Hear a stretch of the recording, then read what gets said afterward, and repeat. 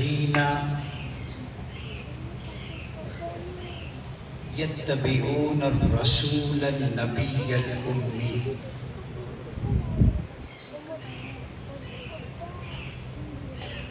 وقال اللہ تبارک و تعالی فی مقام آخر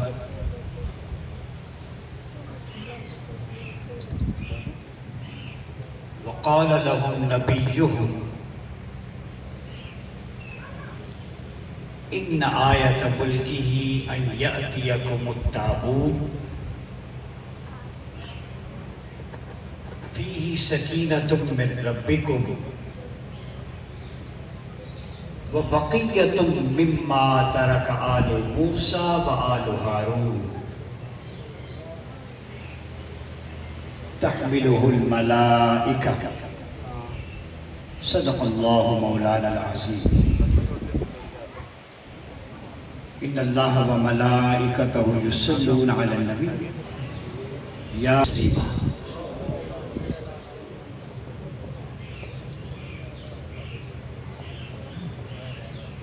اللہم صلی وسلم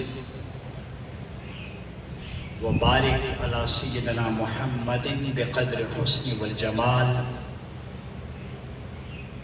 وعلی آلہ الطیبین الطاہرین واصحابہ المنتجبین الراشدین المہدیین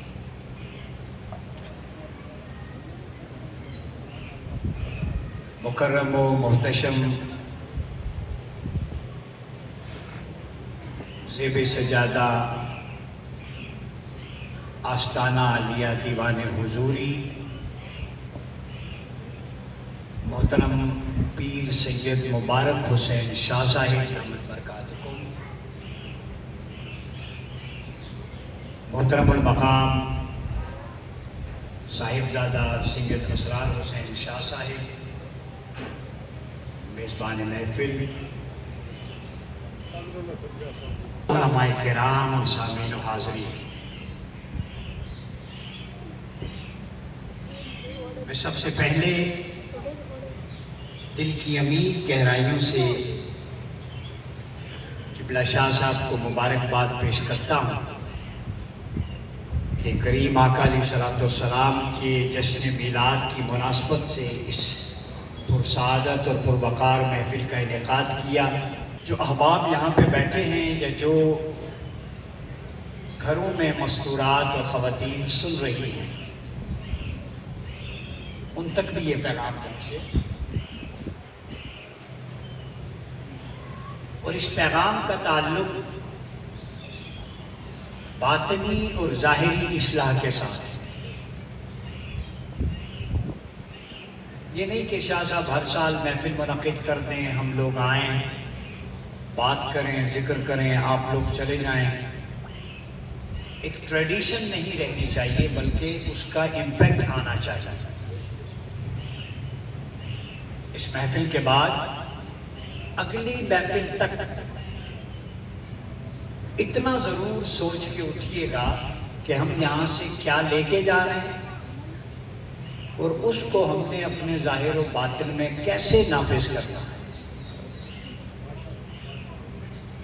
کیونکہ کریم آقا علیہ الصلوۃ والسلام کی آمد صرف عقیدت و محبت کے اظہار کے لیے نہ تھی،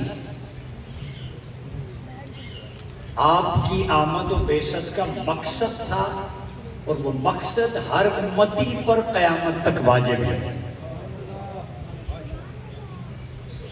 اور وہ مقصد تھا کہ جو نظام اور جو پیغام آپ لے کے آئے اس کو اپنے دلوں میں، گھروں میں، علاقوں میں، شہروں میں اور ایوانوں میں کیسے نافذ کرنا۔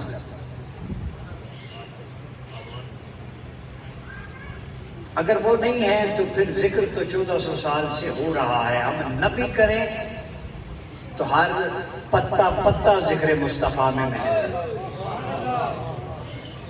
حضور ہمارے ذکر کے محتاج۔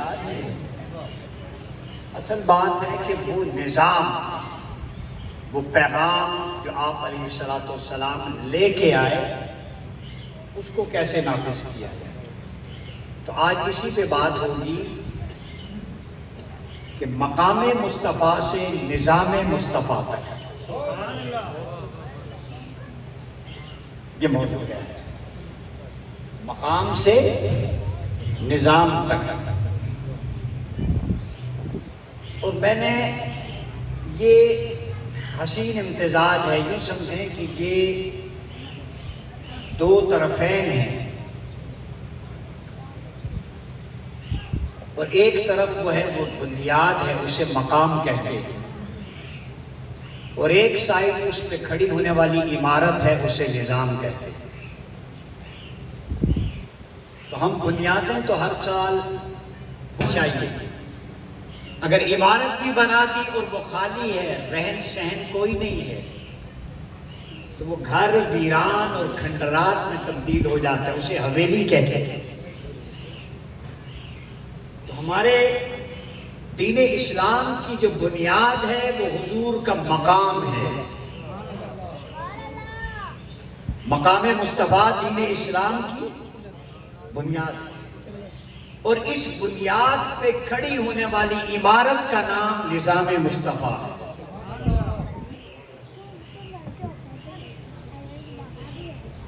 اب نظام کو سمجھنے سے پہلے جب تک مقام کو نہ سمجھا جائے تو نظام نافذ نہیں ہو سکتا، کیونکہ نظام کی بنیادیں مقام سے جڑی ہوئی ہیں، اس کی عمارت مقام کی بنیاد پہ کھڑی ہے، اور اسی بنیاد پہ آپ جتنے لوگ بیٹھے ہیں جو گھروں میں ہیں، ہم سب، ہمارا آقا علیہ الصلوۃ والسلام کی ذات کے ساتھ بحیثیت امتی صرف دو طرح کا تعلق ہے۔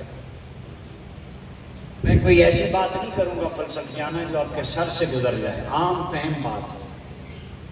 دو طرح کا تعلق، تین طرح کا بھی نہیں۔ اب دو طرح کا تعلق بھی اگر ہم نہیں نبھا سکے، اتنا سادہ اور سمپل، اس پہ کوئی کمپلیکیشن نہیں، تو پھر لمبے دعوے کرنے سے کوئی کام نہیں چلے گا۔ صرف دو طرح کا تعلق ہے حضور سے، وہ دو طرح کی نسبت اور تعلق، اس کو وفا کر جائیں، آپ کی دنیا بھی رنگین ہوگی، آخرت بھی سبق۔ وہ دو طرح کا تعلق کیا ہے؟ ایک آقا علیہ الصلوۃ والسلام کی ذات اور شخصیت سے نسبت اور محبت والا تعلق ہے، یہ بنیاد ہے دین کی۔ اور دوسرا تعلق حضور علیہ الصلوۃ والسلام کی سیرت کے ساتھ تعلیمات اور عمل والا تعلق ہے، یہ دین کی عمارت ہے۔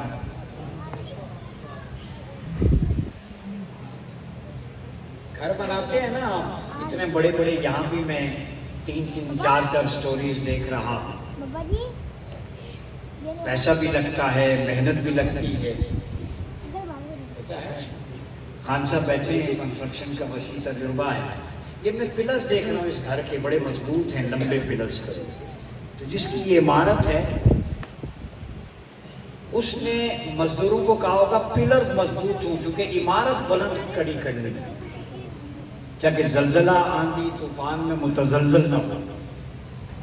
پھر اوپر سے میں دیکھ رہا ہوں کہ 3-4 سٹوریز ہیں، یہ کیوں 3-4 منزلہ ہیں؟ کیونکہ پلرز اور بیس سٹرونگ ہے، ہوا میں جتنا معلق کر دیں، بنیادیں مضبوط ہیں، جتنی مرضی بلڈنگز کھڑی کر دیں، جن کی بنیادیں کمزور ہوتی ہیں وہ سنگل سٹوری بھی ڈیمالش ہو جاتی ہیں، نہیں کھڑی رہتی، سٹوری تو ہوتی ہے لیکن وہ متزلزل ہوتی ہے۔ کسی سے پوچھے نا گھر ہے؟ ہاں، بس یہ گزارا ہے، پتہ نہیں کب آندھی آئے گر جائے، وہ گھر تو ہے، عمارت ہے، آپ رہ رہے ہیں، عمارت تو ہے مگر اس میں رہنا خطرے سے خالی نہیں ہے، اس لیے کہ بنیاد کمزور ہو تو مکین خطرے میں ہوتا ہے۔ بڑی گہری بات ہے، بنیاد کمزور ہو تو مکین کی جان خطرے میں رہتی ہے، اسی طرح ایمان کی بنیاد کمزور ہو تو مکین کا ایمان خطرے میں رہتا ہے۔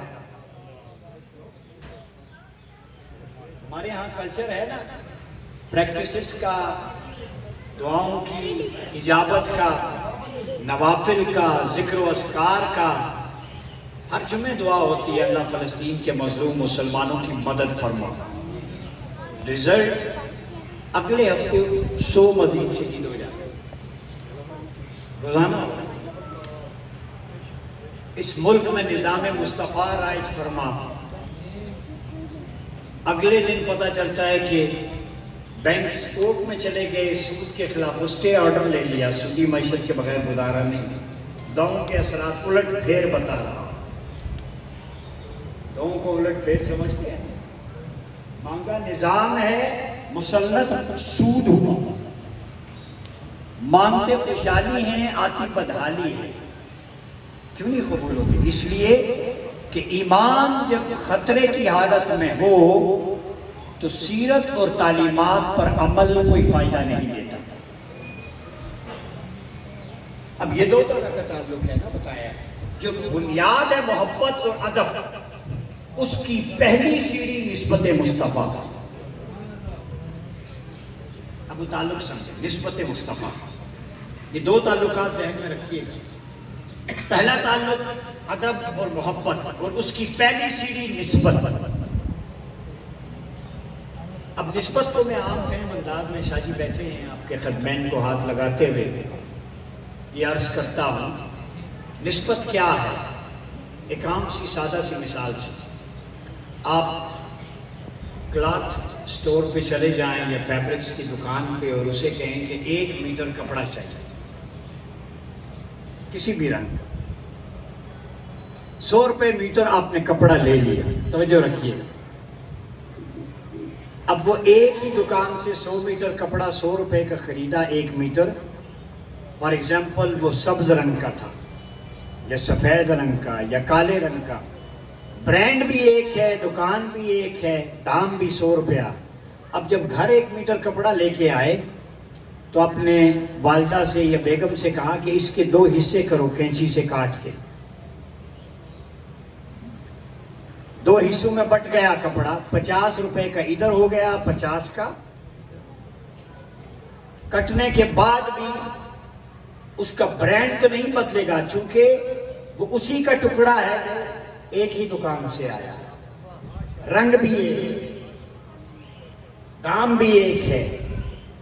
لیکن جب کٹ گیا 50 روپے کا ادھر, 50 کا ادھر, برابر ہے. اگلے مرحلے میں آپ نے گھر والوں سے کہا کہ یہ جو 50 روپے والا حصہ ہے, یہ آدھا میٹر, یہ اب سی کے قرآن مجید کا غلاف بنا دینا. نسبت ذہن میں رکھیں کیا ہوتی ہے, اور یہ سمجھ گئے تو آپ کا عقیدہ محفوظ ہے. یہ قرآن کا غلاف. جو دوسرا آدھا میٹر کا حصہ ہے وہ آپ نے بیگم سے کہا کچن میں ٹاکی کے طور پہ استعمال کرنا شروع کر دو. اب یہ loud and clear message in لوگوں کے ساتھ ہے, ان کے لیے بڑے ادب سے, جو کہتے ہیں ہر شے برابر ہوتی ہے, سارے برابر ہوتے ہیں. ساروں کا تو مجھے نہیں پتا, جن کو تم برابر کہتے ہو ان کے ساتھ نسبت رکھنے والا کپڑا بھی برابر نہیں ہوتا.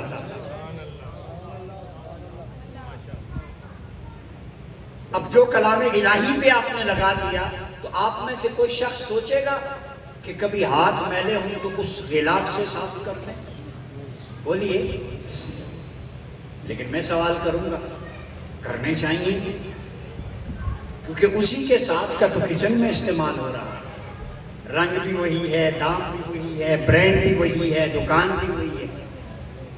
تو آپ مجھے کہیں گے پاگل تو نہیں ہو گئے, وہ پہلے ایک تھا تو اب یہ قرآن کے ساتھ نسبت کے بعد انمول ہو گیا, اب اس کا دام نہیں لگتا, یہ صفائی کے کام نہیں آتا. کلام الہی کی نسبت نے اسے عرفہ مقام عطا کر دیا ہے.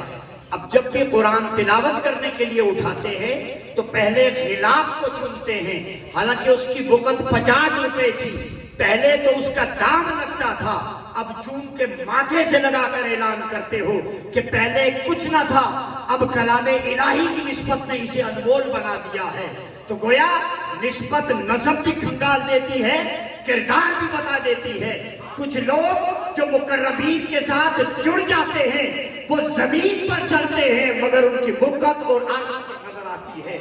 کچھ غلاستوں میں پھرے پھرتے ہیں جیسے وہ کپڑا کچن کی ٹاکی کے کام آتا ہے. اب فیصلہ تیرے اوپر ہے کہ تو نسبت مصطفیٰ میں آتا ہے یا نسبت ابو جہل میں. مصطفیٰ کی بارگاہ میں آئے گا تو اللہ وہ مقام عطا کرے گا، تو انمول بنا دے.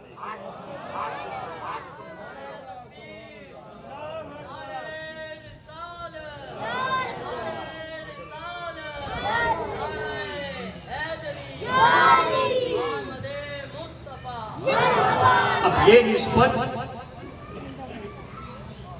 خود کچھ شے نہیں ہوتا، بتا خود کچھ شے نہیں ہوتا، جو ہوتا ہے ہونے والا کر دیتا ہے.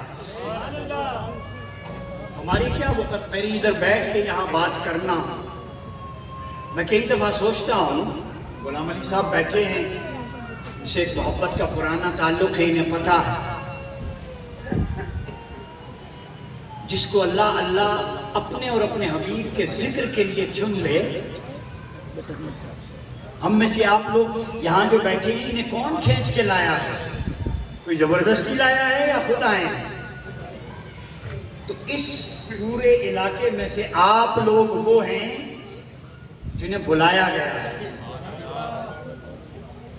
تو کچھ نہ کچھ تو تھا دل میں، کوئی نسبت تو تھی. تو نسبت جو ہے یہ برابری ختم کر کے پہلی اینٹ محبت کی رکھ دیتی ہے.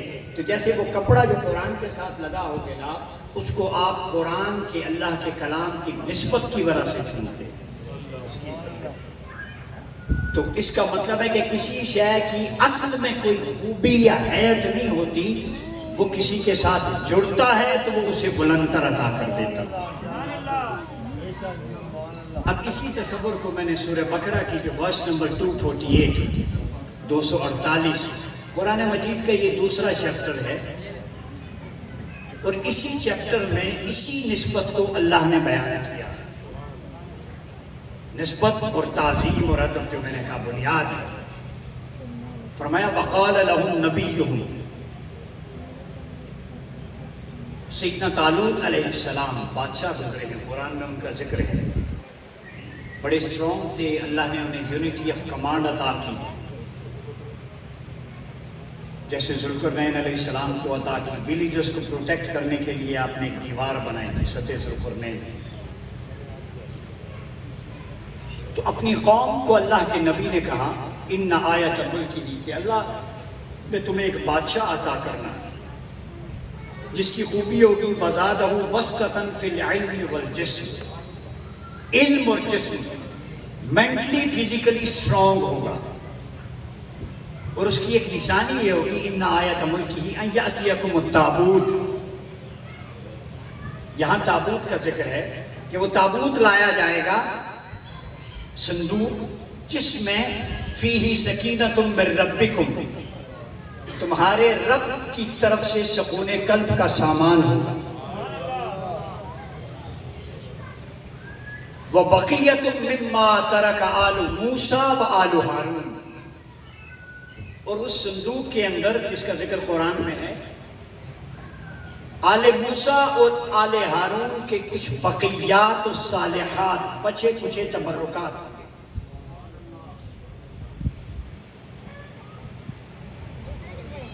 تحملہ الملائکہ، اور اس تابوت کی حیثیت اور اس کا مقام یہ ہوگا کہ اسے فرشتے اٹھائے پھر رہے ہوں گے. حضور تشریف فرما ہے سادات کی موجودگی میں، چونکہ علم کے سارے چشمے آل رسول کے در سے پھوٹتے. آپ نے تو ظاہر کا پڑھا ہوگا کتب میں، معرفت کے جتنے اسرار و رموز ہیں وہ مولا علی کے قدموں سے پھوٹتے. وہ ایک الگ موضوع ہے، کسی دن ہوا اس پہ بھی بات کر لیں گے. تو یہ تابوت جس کا ذکر قرآن میں ہے، صندوق ہے. اب اس پہ میں حوالے دوں ہمارے جد عبداللہ ابن عباس حبر هذه الامہ ترجمان القرآن، جنہیں علم کی خیرات مولا کائنات مولا مشکل کشا علی المرتضیٰ کرم اللہ وجہ الکریم سے عطا ہوئی.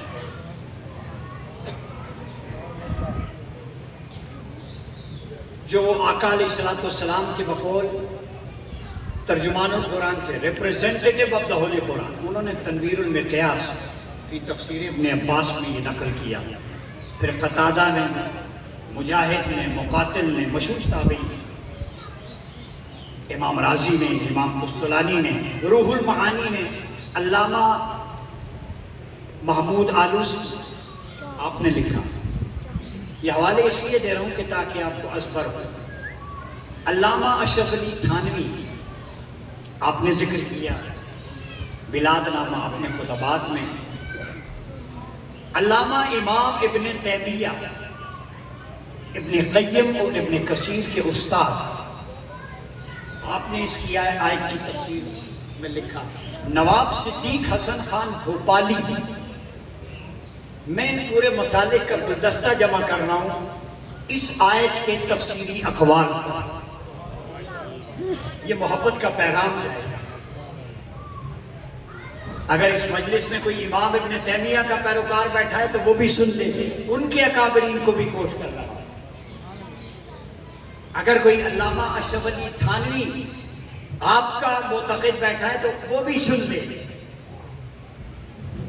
ان کے تفصیلی اقوال. تو یہ جتنے بھی نام میں نے ذکر کیے، ان کے نزدیک تمام اقوال کا اس بات پر اجماع ہے کہ یہ ایک صندوق تھا. بعض کے نزدیک لکڑی کا تھا، بعض کے نزدیک تانبے کا تھا، بعض نے لکھا کہ زمرد یاقوت سے جڑا ہوا تھا. پھر لمبائی اور اس کی چوڑائی 4 فٹ لمبائی، 2 فٹ چوڑائی تھی. پھر علامہ اشرف علی تھانوی اور امام ابن تیمیہ نے لکھا کہ یہ صندوق جو ہے اس کے اندر کیا تھا. ابن عباس بھی، محمود آلوسی بھی، امام قرطبی بھی، کہ اس کے اندر جو بقیت مما ترک آل موسیٰ و آل ہارون، اس میں ہارون علیہ السلام کی قمیص مبارک کا ایک ٹکڑا تھا. اس صندوق میں موسیٰ علیہ السلام کے زیر استعمال عصا مبارک تھا. اس میں عزیر علیہ السلام کے کھانے کے بچے ہوئے چند لقمے تھے. یحییٰ علیہ السلام کے زیر استعمال خوشبو تھی. ان ساری چیزوں کا مجموعہ اس صندوق کے اندر ہے. اور ذکر کس میں ہو رہا ہے؟ سورہ بقرہ 248 کے اندر اللہ ذکر کر رہا ہے. آپ نے ویسے تو تابوت کا ذکر میت کے لیے سنا ہوگا نا، تابوت لے آئیں جی، اس میں میت کو لے جائیں. ہر تابوت میت کے لیے نہیں ہوتا، کچھ تابوت سکون قلب کے لیے بھی ہوتا. یہ نسبت کا دوسرا تصور، سب جیسے برابر نہیں ہوتے کپڑے. قرآن کا غلاف اور ہے، اسی کا حصہ کچن میں استعمال ہونے والا. ہر تابوت تو میت ہے جس کو ہم گردانتے ہیں، مگر بعض تابوت ہوتے ہیں لیکن ان کے اندر جو کچھ ہوتا ہے وہ انہیں میت نہیں بناتا، زندہ اور سکون قلب کا سامان بناتا. قرآن فہمی یہ ہے. حضور شیخ الاسلام مجدد دین و ملت ہمارے شیخ ڈاکٹر محمد طاہر القادری آپ بھی فرماتے ہیں اس آیت کے ضمن میں، آپ کا بھی قول ہے کہ اس صندوق کے اندر یہ جو متفرقات تھے اس کو اللہ رب العزت پہلا درجہ کیا دے رہا ہے کہ فیہ سکینۃ من ربکم، اے عزیر تیرے کھانے کے بچے ہوئے لقموں میں مومنین کے سکون قلب کا سامان ہے. اب صندوق بند ہے، کھلا بھی نہیں. اے موسیٰ تیرا عصا ہے جس سے یہ برکت حاصل کریں گے. یحییٰ تیری خوشبو ہے، عزیر تیری قمیص کا ٹکڑا ہے. ہاں من ربکم، سکون یا سکینہ کی نسبت اللہ کی طرف ہے، ذات کی طرف. من ربکم، تمہارے رب کی طرف سے ڈائریکٹ سکون ہے. سکون کس کی طرف سے ہے؟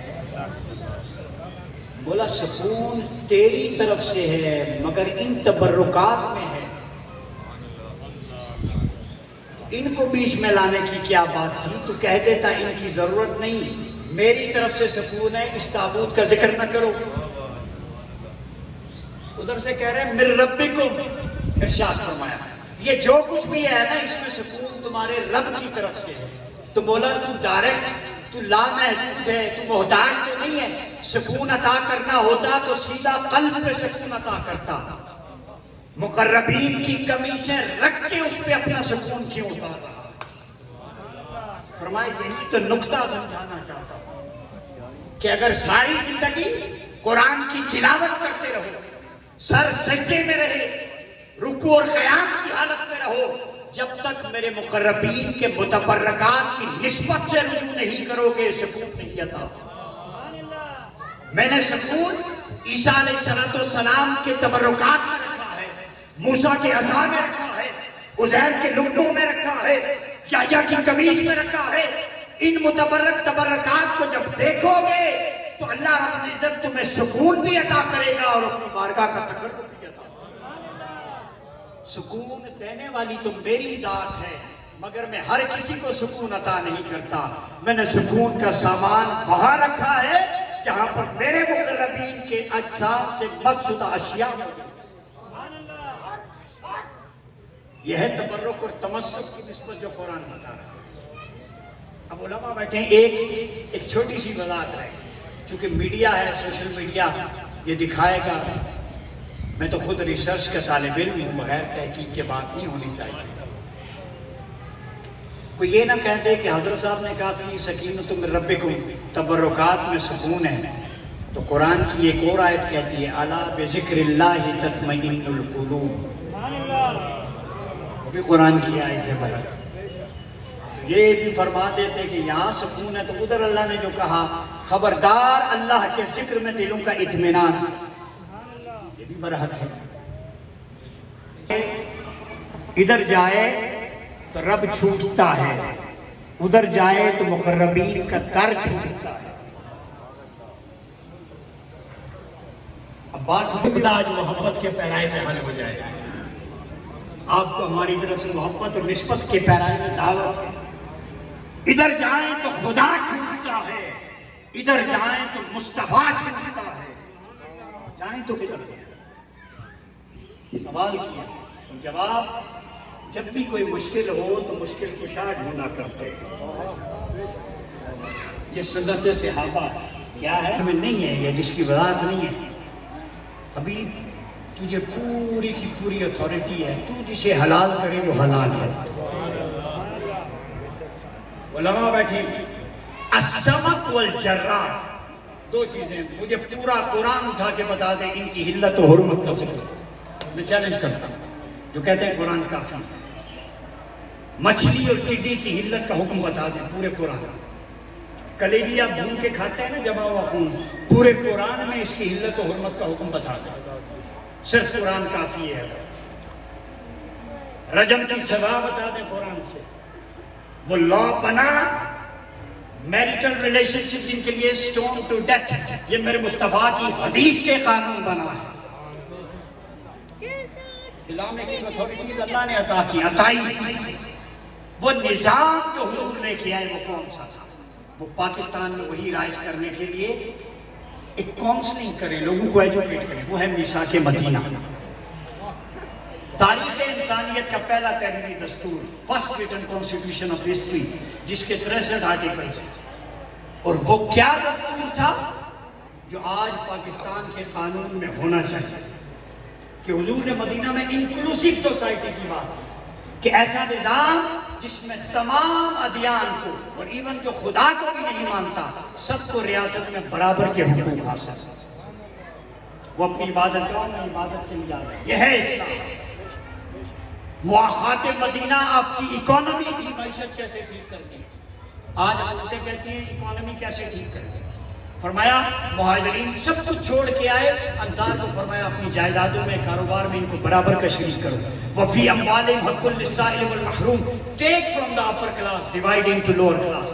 یہ ہیو اور ہیو ناٹ کا فارمولا آج ویسٹ میں مغرب میں پڑھایا جا رہا ہے اور ہم مسلمان اس سے.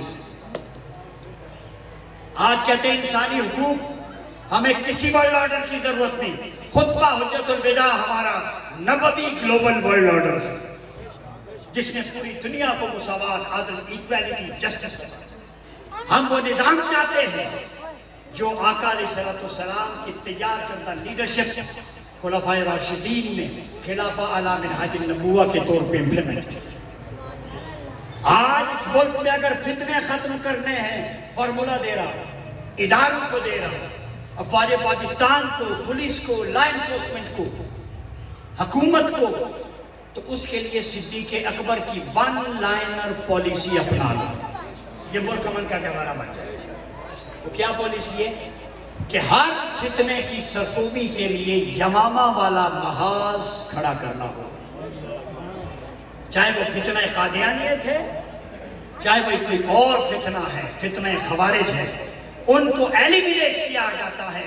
صدیق اکبر کا فارمولہ یہ ہے کہ دہشت گردوں سے اور دین کے باغیوں سے مذاکرات نہیں ہوتے، ان کا فیصلہ ابو بکر کی تلوار کرتی ہے. اسٹیٹ اوے پالیسی 2+2 4. نمبر 2، اگر اداروں کو بہتر کرنا ہے، نئے ادارے بنانے ہیں، اصلاحات لانی ہیں، تو سیدنا عمر کی 43 اصلاحات پاکستان کے بجٹ کے لیے، عوام کے لیے اس سے بہتر ریفارمز کا پیکیج اور کوئی نہیں، جو آج ویسٹ میں عمر لاس کے نام سے نافذ ہے، مشہور ہے. اگر معاشرے میں اسلامک کلچر، تہذیب و ثقافت اور حیا کو فروغ دینا، بے حیائی ختم کرنی ہے، تو اس کے لیے ماڈل سیدنا عثمان ذو النورین کی حیا کا. اور معاشرے میں اگر گڈ گورننس، جو حکومت کہتی ہے گڈ گورننس، اگر ایڈمنسٹریشن گڈ گورننس قائم رکھنی ہے، تو مولا علی کا ایک خط جو حضرت مالک اشتر کو آپ نے لکھا، رولز آف گورننس سارے اس میں موجود ہیں، وہ خط پاکستان کی بیوروکریسی میں امپلیمنٹ کیا جائے، آپ کے سارے مسائل. اور کیسا چاہتے ہیں؟ آخری بات کروں گا.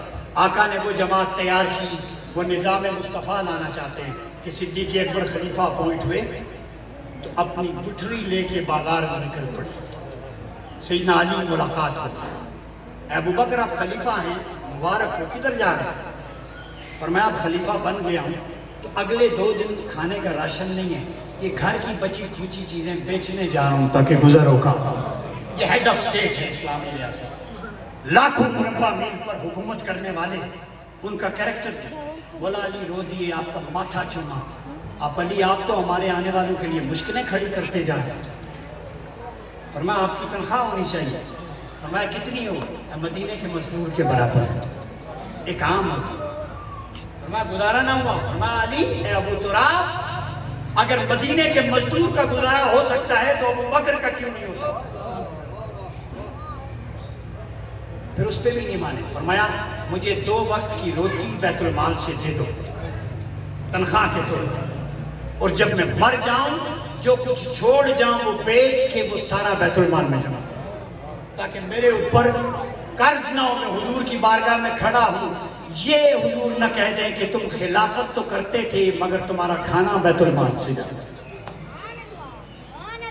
سیدنا عمر فاروق جمعہ پہ دیر سے آئے، نماز لیٹ ہو گئی. لوگوں نے گلہ کیا کہ آپ امیر المومنین ہیں اور نماز خطبہ نہیں دیا، آپ نے لیٹ ہو گئے. آپ نے فرمایا بتانا نہیں چاہتا تھا، اس لیے دیر ہو گئی کہ یہ جو قمیص پہن کے آیا ہوں نا جمعے کے امیر المومنین ہیڈ آف سٹیٹ، یہ ایک ہی تھی، یہ میلی ہو گئی تھی تو اس کے دھونے میں دیر لگ گئی اور دھوبی میں خود رہا تھا.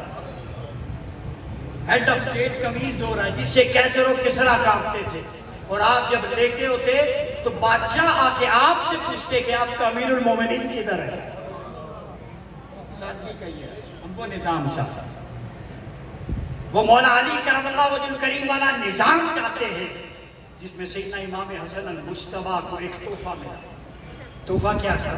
ایک قمیص، ایک یمن سے حضور کے چاہنے والے نے بھیجی. آپ خلیفہ تھے، قمیص گھر میں آئی. سیدہ طیبہ طاہرہ زاکیہ فاطمہ الزہرا سلام اللہ علیہ امام حسن سے بھی دیکھنے دیا. سیدہ کائنات فرمایا تو اس نانا کا نواسہ ہے کہ آیا تو تحفہ ہے، تیرا باپ اس وقت امیر المومنین ہے، اگر تو نے دیکھ لیا تو یہ آنکھوں کی کرپشن ہوگی، پہنی نہیں ہے، اگر دیکھ بھی لی تو کس کی کرپشن ہے؟ میرے آقا یہ نہ کہہ دیں کہ بیٹوں کو آنکھوں کی کرپشن سکھائی بدعنوانی، جب تک علی نہیں آتے۔ مولا علی نے فرمایا کیا ہے، کھول کے تو دیکھتے۔ آپ نے فرمایا کہ آنکھوں کی کرپشن ہو جاتی۔ مولا علی نے کھولی، خادم سے کہا دیکھو ایک قمیص ہے، آپ نے فرمایا اسے بیت المال میں جمع کروا دو۔ جس نے بھیجی تھی اس نے بڑی عرض کی، آپ کا بیٹا ہے، محبت میں تحفہ بھیجا ہے، حضور تحفے کو قبول کرتے، اپریشیٹ کرتے، ٹھکراتے نہ۔ فرمایا میں نے ٹھکرایا تو نہیں ہے، میں نے سنت مصطفیٰ میں تحفہ قبول کیا ہے، آپ نے میرے بیٹے کو دیا، لیکن اس لیے حسن نہیں پہنے گا کہ میں امیر المومنین ہوں۔ تو تحفہ جب بھی آتا ہے ہیڈ آف اسٹیٹ کا، وہ بیت المال کی عوام کی امانت ہوتی ہے، لہذا قمیص بیت المال میں جمع ہوگی اور وہاں سے جو سب سے نادار بچہ ہے اسے پہنائے گا۔ اس نظام کی اس ملک کا ضرورت ان نفوس قدسیہ ہے، تو مقام سمجھنا ہے تو ان نفوس قدسیہ کے نظام کے لیے جدوجہد کو بھی سمجھیں۔ بس اس شعر کے ساتھ اجازت چاہوں گا، آپ کا بہت وقت لیا، محبتوں میں یاد رکھیے گا کہ اللہ شاہ صاحبان کہ لباس مودت مصطفیٰ میں ایسی خوبی ہے، پیوند ہوتے ہیں دھبے نہیں ہوتے۔